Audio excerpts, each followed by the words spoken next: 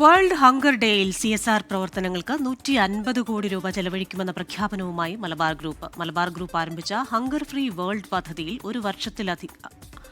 ഒരു വർഷത്തിനകം 2.5 കോടി ഭക്ഷണപ്പൊതികൾ വിതരണം ചെയ്യാനും തീരുമാനമായിട്ടുണ്ട്. ഡൽഹിയിലെ ഡോക്ടർ അംബേദ്കർ ഇന്റർനാഷണൽ സെന്ററിൽ നടന്ന CSR ദിനാചരണ ചടങ്ങ് നീതി ആയോഗ് മുൻ സിഇഒയും G20 ഷെർപ്പയുമായ അമിതാഭ് കാന്ത് ഉദ്ഘാടനം ചെയ്തു. വിശക്കുന്നവർക്ക് ഒരു നേരത്തെ ഭക്ഷണം നൽകുക എന്നതാണ് മലബാർ ഗ്രൂപ്പ് ആരംഭിച്ച ഹങ്കർ ഫ്രീ വേൾഡ് പദ്ധതിയുടെ ലക്ഷ്യം. പദ്ധതിയുടെ ഭാഗമായി ഇപ്പോൾ ഇന്ത്യയിലും വിദേശത്തുമായി പ്രതിദിനം 70,000 ഭക്ഷണപ്പൊതികളാണ് വിതരണം ചെയ്യുന്നത്. ഇന്ത്യയിൽ 20 സംസ്ഥാനങ്ങളിലെ 167 കേന്ദ്രങ്ങളിൽ എല്ലാ ദിവസവും 60,000-ലധികം പേർക്ക് ഭക്ഷണപ്പൊതികൾ നൽകുന്നു. എത്ര ദരിദ്രനും എത്ര പൈസക്കാരനും എത്ര എന്തൊക്കെ ഉണ്ടായാലും വിശപ്പ് ഒരു വലിയ പ്രയാസമാണ്.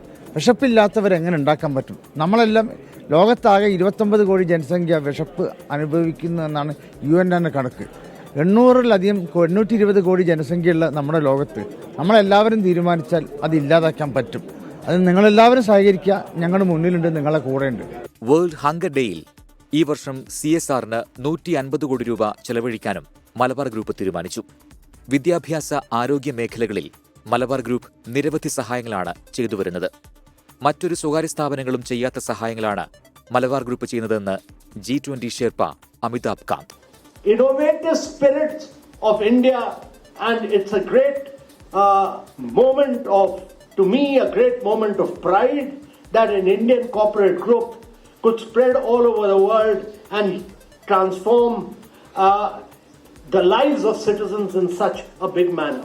മലബാർ ഗോൾഡൻ ഡയമണ്ട്സിന്റെ തുടക്കം മുതൽ സാമൂഹിക ക്ഷേമത്തിന് കമ്പനി ലാഭത്തിന്റെ 5% നീക്കിവയ്ക്കുന്നുണ്ട്.